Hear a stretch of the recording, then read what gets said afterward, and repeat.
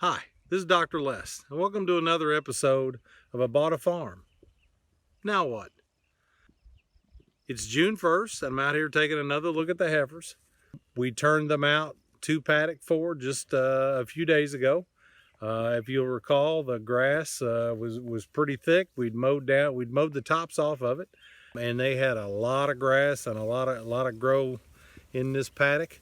But down on the bottom end and down toward where the water is, grass is getting kind of tromped on. It's getting a little bit thinner, and so we're going to have to move these gals probably by the end of the week.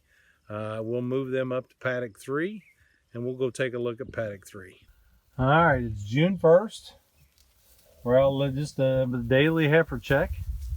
I'm looking for flies, looking for bad eyes, looking for anything that's a little bit sick or a little bit out of it. Obviously, the heifers have gentled down really well, gaining really good weight. Particularly that red heifer. That red heifer looks fantastic. She's really gained a lot of weight. I think we're probably pushing 100 pounds on these heifers since they arrived. They look really good. If you look at their faces, there's a few face flies, but not many. We've had some bits and pieces of cool weather that have drifted in. It's kind of kept the fly population down.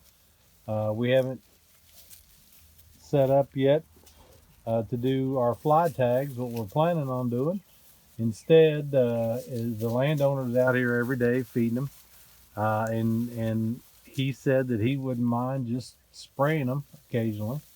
So we're going to try to just spray the cattle with fly spray about once every 2 to 3 weeks, just to see if we can keep the face flies and horn flies in check that way.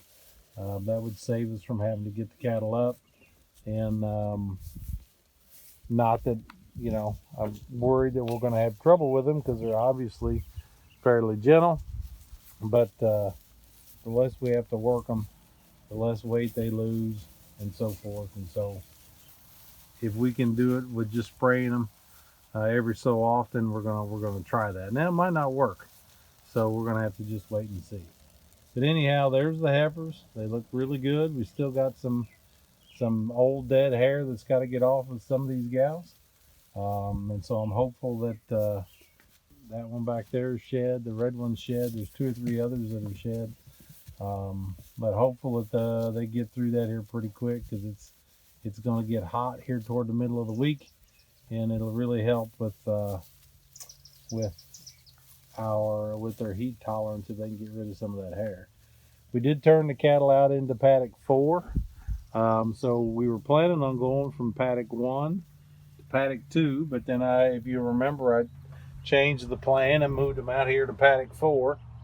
And you can see that there's still some grass in there, but they've really kind of mashed it pretty good. So we're going to be looking to rotate these heifers out here probably toward the end of the week, and we'll go ahead and move them up to paddock 3. I'll run up real quick, and let's take a look at the grass in paddock 3. Here's a look at paddock 3.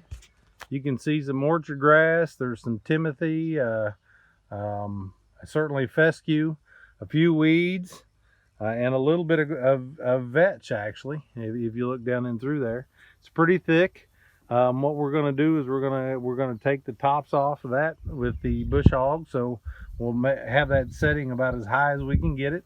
We'll take the tops off of it probably here in the next day or two, and that'll give it a little bit of time to grow before we turn the heifers in. Heifers will go in either Friday or Monday. Okay, so they'll either go in, they'll probably go in honestly around June 8th. That's what it's looking like. There's just a picture of the heifers grazing right up to the fence.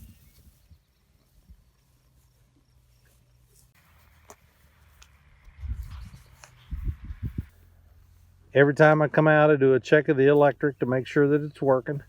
We're running 4,000 to 5,000 volts out here. This is a long line between paddock 3 and 4. Not sure if you can see the light, but We are running pretty good voltage out through here. So again, it's a psychological barrier, and it appears that the fencing is working well.